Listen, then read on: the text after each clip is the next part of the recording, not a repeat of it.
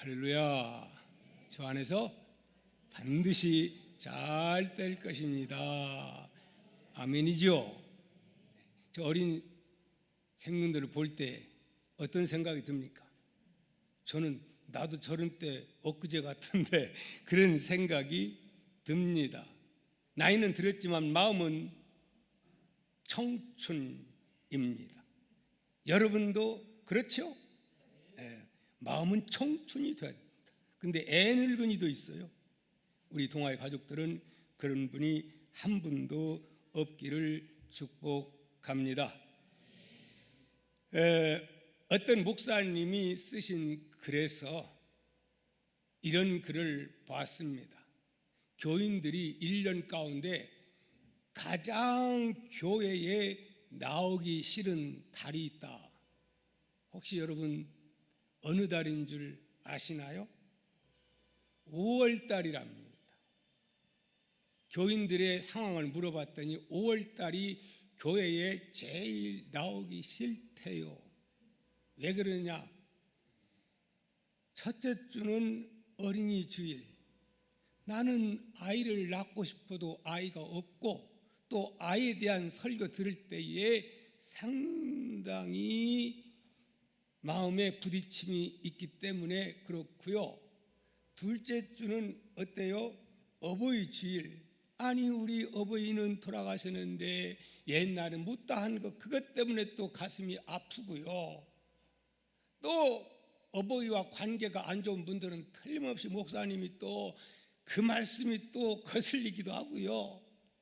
그 다음에는 또 뭐가 있어요? 부부주일.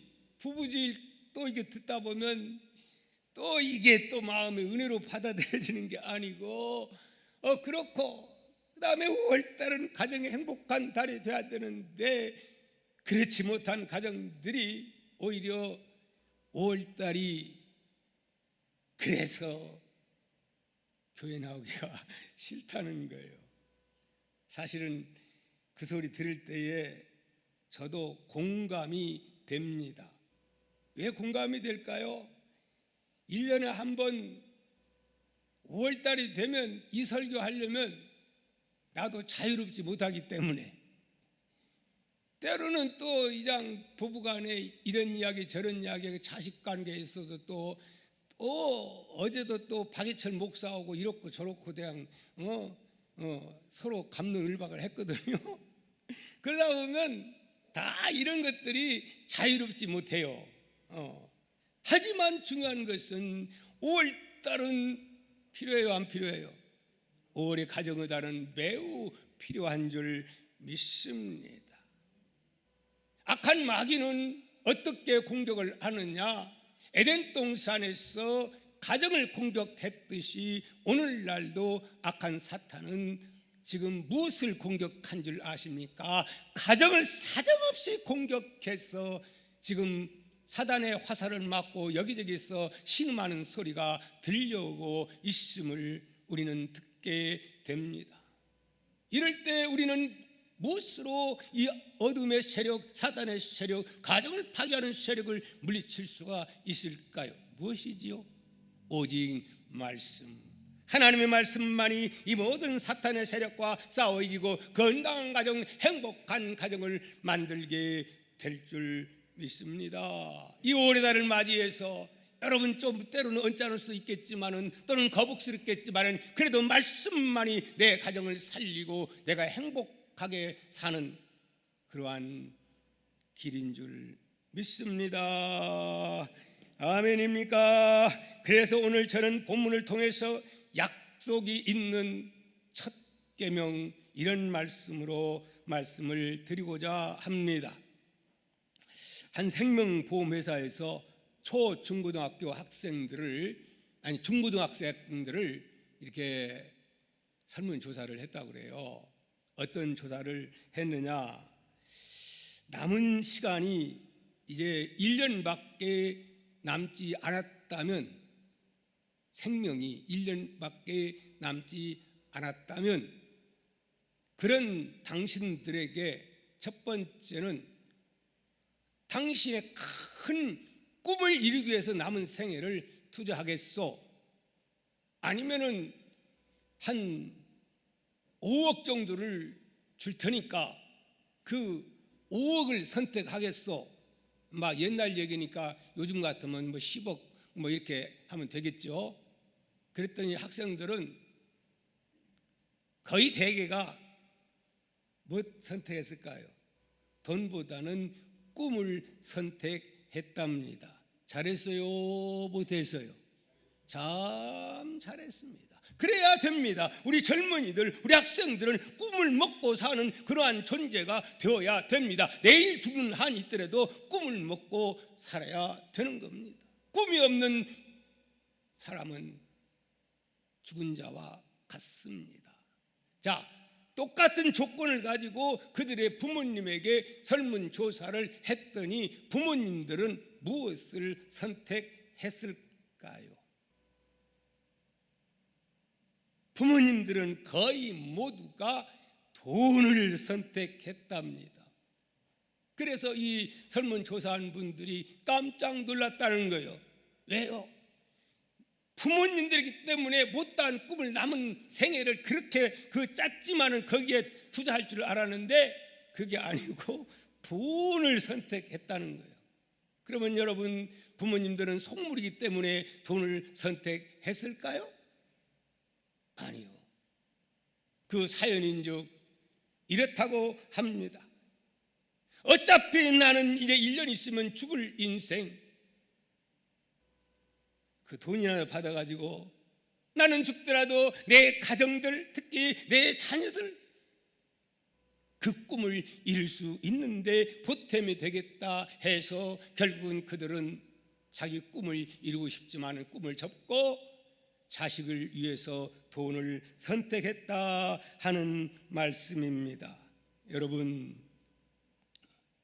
이것이 누구의 마음입니까? 오늘 정상적인 부모의 마음인 줄 믿습니다. 아멘입니까?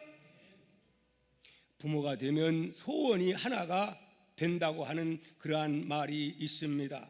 사람들은 나름대로 소원을 많이 가지고 살아갑니다. 그런데 언제 부모가 되면 모든 소원이 하나가 되는데 무엇으로 하나가 되느냐? 내 꿈 접고 어떤 자녀가 자랄 때는 자녀를 위한 소원으로 그렇게 바꿔진다고 합니다. 최고의 소원은 내가 잘 되는 게 아니고 내 사랑하는 아들과 내 사랑하는 딸이 잘 된다면 거기에다 모든 것을 다 올인하는 것이 부모의 마음이라 이 말입니다. 물론 별종도 가끔 있어서 문제가 되긴 하지요. 여러분, 부모의 최고의 기쁨은 어디서 온다고 생각이 되나요? 바로 자식에게서 옵니다. 뿐만 아니라 부모의 최고의 슬픔은 또 어디서 오나요? 역시 자식에게서 오는 것입니다. 아멘입니까? 창세기의 말씀 보면은 야곱이라고 하는 사람이 나오지요. 그 아들 요셉이 이미 죽은 줄 알고 인생을 낙심하며 살다가 결국은 어떤 소리를 듣습니까? 죽은 줄 알았던 아들 요셉이 애굽의 국무총리가 됐다는 이 소리를 듣고 질주하여 결국은 아들 요셉을 만나게 됩니다.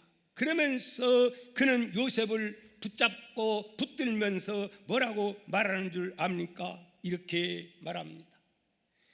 내가 이제 너를 보았으니 죽어도 뭐가 없다? 여한이 없다. 그러면서 감격해하는 그 야곱의 모습을 우리는 보게 됩니다. 그런가 하면은 아들 때문에 속상한 그러한 아들 가슴 아픈 사연의 인물이 나오는데 누굴까요? 곧 다윗을 보게 됩니다. 누구 때문에 속상해하고 누구 때문에 가슴 아파합니까? 아들 압살롬이 감히 반역을 해가지고 아버지에게 도전해가지고 아버지 군대와 압살롬 군대가 결국은 어쩔 수 없이 만나가지고 전투를 벌이다가 다윗은 절대로 죽이지 말라고 했는데 결국은 죽이게 되지요. 이 소식을 들은 이 다윗은 울면서 이렇게 슬피 탄식합니다. 내 아들 압살롬아, 내 아들 압살롬아, 차라리 너를 대신해서 내가 죽었더라면 좋았을 것을. 그러면서 너무 슬피 그냥 통곡하니까 그칠 줄 모르니까 요압이 어안이벙벙해지고 전투에 온 사람들이 낙심좌절해가지고 그들이 너무 슬퍼하는 모습 보고 오히려 못마땅하게 여겨지는 그런 결과까지 오는 것을 보게 됩니다. 사랑하는 성도 여러분, 그런데도 자식들은 저 혼자 큰 줄 압니다. 오늘날 내가 있기까지는 누가 있었기에, 사랑하는 엄마, 사랑하는 아빠가 있었기 때문에 오늘 나라고 하는 존재가 여기에 있게 된 것을 우리는 인정하지 아니할 수가 없음을 우리는 알아야 합니다. 이 세상에 수많은 사람들이 살아가고 있습니다. 하지만 나를 낳고 길러주는 분, 나를 가장 사랑하는 분, 나에게 모든 것을 다 주고도 아까워하지 않는 그분 누굽니까? 부모가 아니겠습니까? 사랑하는 성도 여러분, 부모에 대한 사랑을 다시 한번 깨닫고, 사실은 여기 보니까 다 부모님이니까 좀 그렇긴 하지요. 예? 그러나 이 방송을 듣는 우리의 자녀들이 있다면 오늘 말씀을 통하여 많은 것을 깨닫고 부모에게 효도하는, 특별히 오늘 본문 말씀에 뭐라고 말씀합니까? 약속 있는 첫 계명, 누릴 수 있는 축복 어디에 있다고요? 부모 공경하는 데 있다는 사실을 여러분들 다 깨닫기를 축복합니다.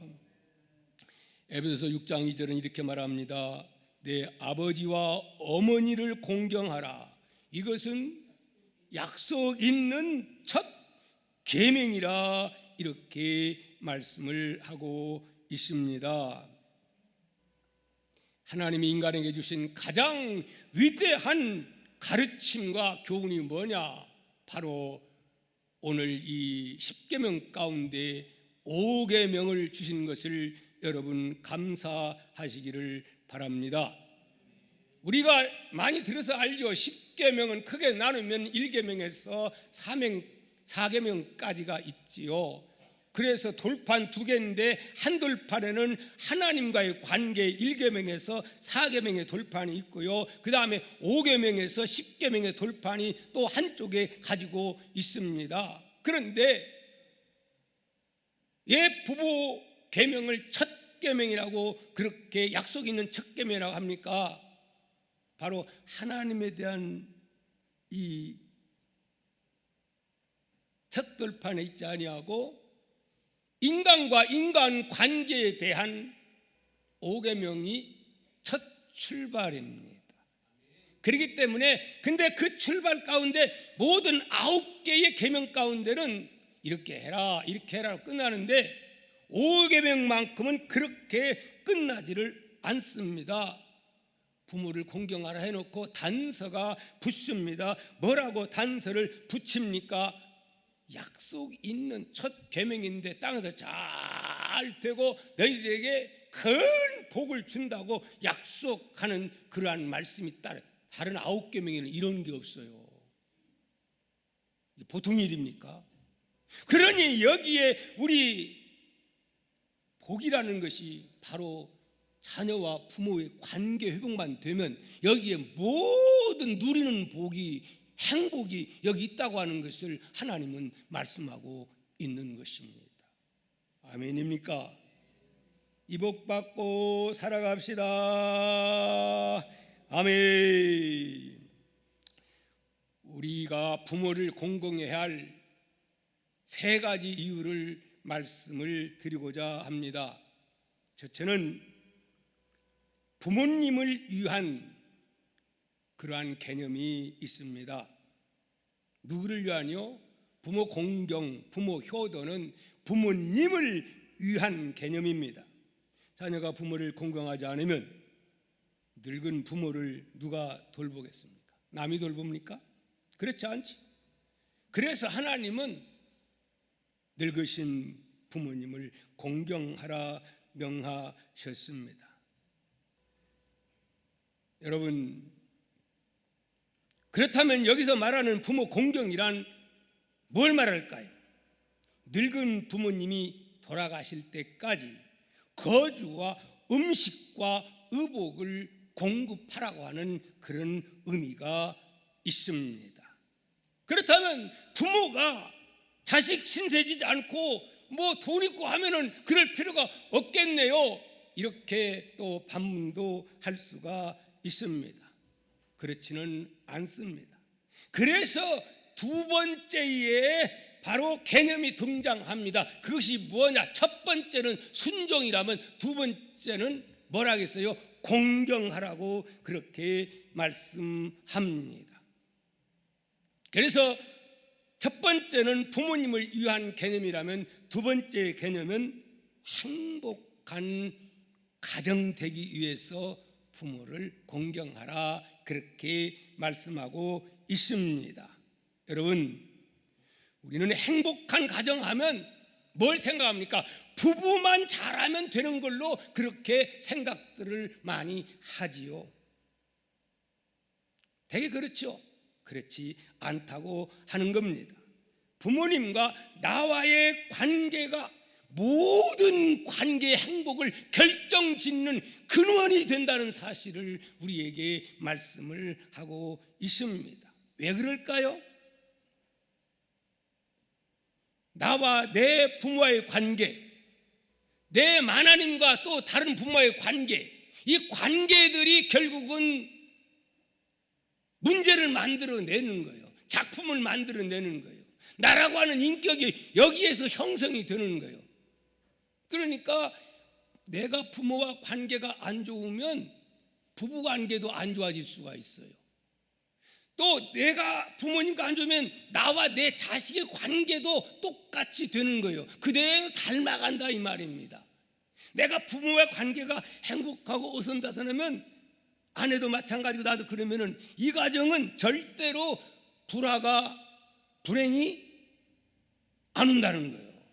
원만히 물론 인생이 사는데 어려움이 없을 수는 없죠. 그러나 반드시 그러한 가정들은 그 부모의 영향을 받아서 결국은 행복한 가정이 된다고 하는 말씀입니다. 마지막 세 번째, 진정한 인간이 되기 위해서, 따라합시다. 진정한 인간이 되기 위하여 부모로 공경해야 한다. 여러분, 우리 인간은 어떤 존재입니까? 인간은 다 죄인입니다. 그 죄의 뿌리는 어디서 출발합니까? 알고 보니까 죄의 뿌리는 첫째가 교만에 있습니다. 아담과 하와가 하나님처럼 되려고 하는 이 교만 때문에 결국 등지고 쫓겨나고 인생의 불행을 주었지요. 오늘날도 이것이 어디를 가서나 가정도 그렇고 교회도 그렇고 국가도 그렇고 사회도 그렇다 하는 말씀입니다. 교만이 어떻게 표출되느냐 하면은 내 위에는 아무것도 없다. 하나님도 필요 없고 나를 다스릴 자도 필요 없고 내가 나의 주인이다. 내 인생은 내 것이다.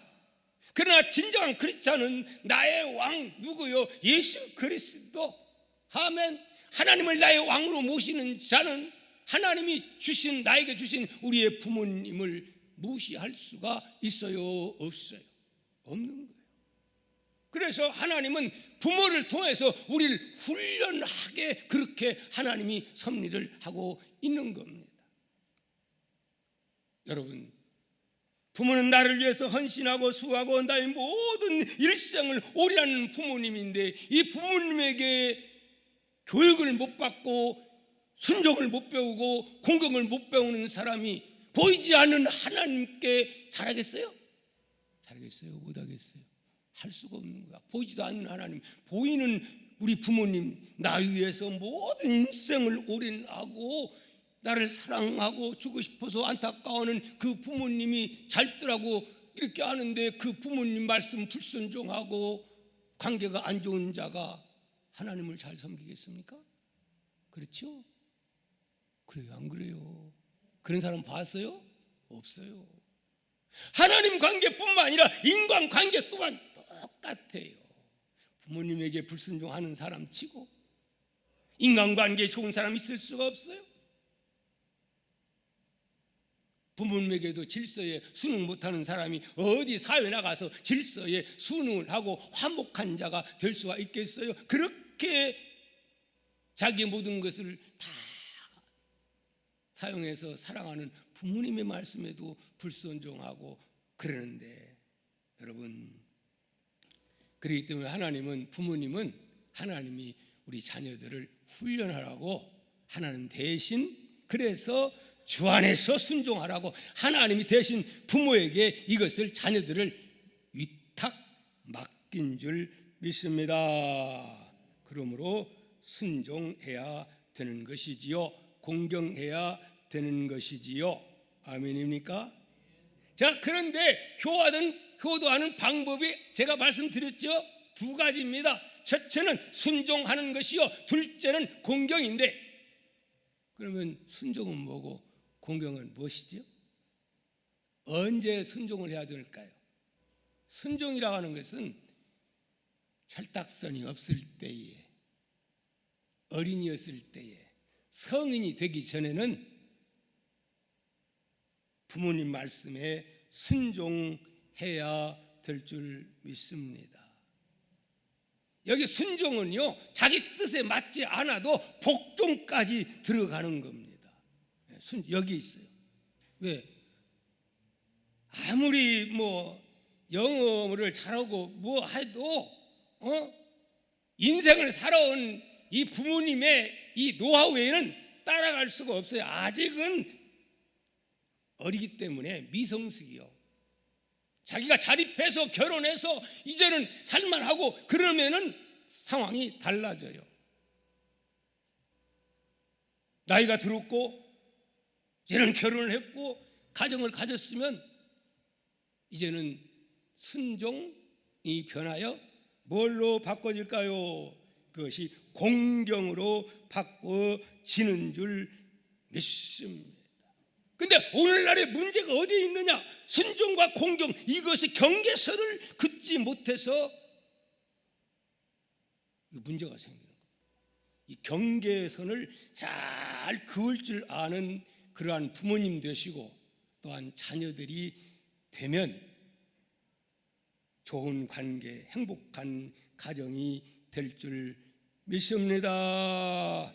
뭐가 문제냐? 아니 그냥 요즘 그런 일들이 많다고 그래요. 세상 말로 무슨 보이? 마마보이. 어떤 자를 가리켜서 마마보이라 그래요. 장가를 갔어요. 결혼을 했어요. 그런데 누가 조정을 해요? 우리 동아에 가지고는 그런 분 없죠. 예. 결혼시켜놓고도 콩 나와라 팥 나와라 하고 자꾸 조정을 하려고 그래요. 그러지 마세요. 그건 뭐냐? 부모도 성숙하지 못하는 것이요, 자식도 성숙하지 못하는 거예요. 이건 효도가 아니에요. 그래서 부부 관계까지 깨가면서 이러면 이건 뭔가 미성숙입니다. 자식도 미성숙? 그렇게 하는 부모도 뭐예요? 미성숙자라 그렇게 말씀을 드릴 수가 있습니다. 그 사람은 아직도, 여러분, 결혼이 뭐예요? 결혼이 뭘까요?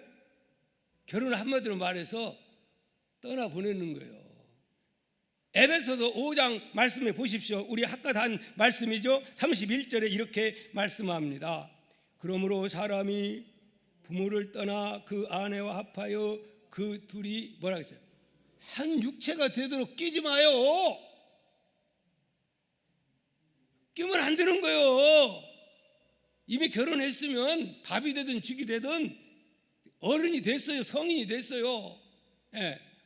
우리 교인들은 그런 분 없지만은 뭐 그런 사람도 있어가지고 뭐 가정이 참 어려움을 많다고 하는 그러한 정보가 저한테 들어오고 있어요.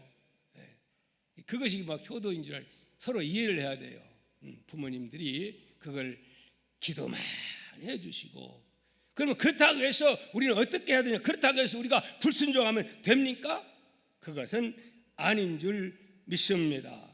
제가 여러분 그러면 예를 들어서 질문을 하나 하겠습니다. 남성들만 대답해 보시기를 바랍니다.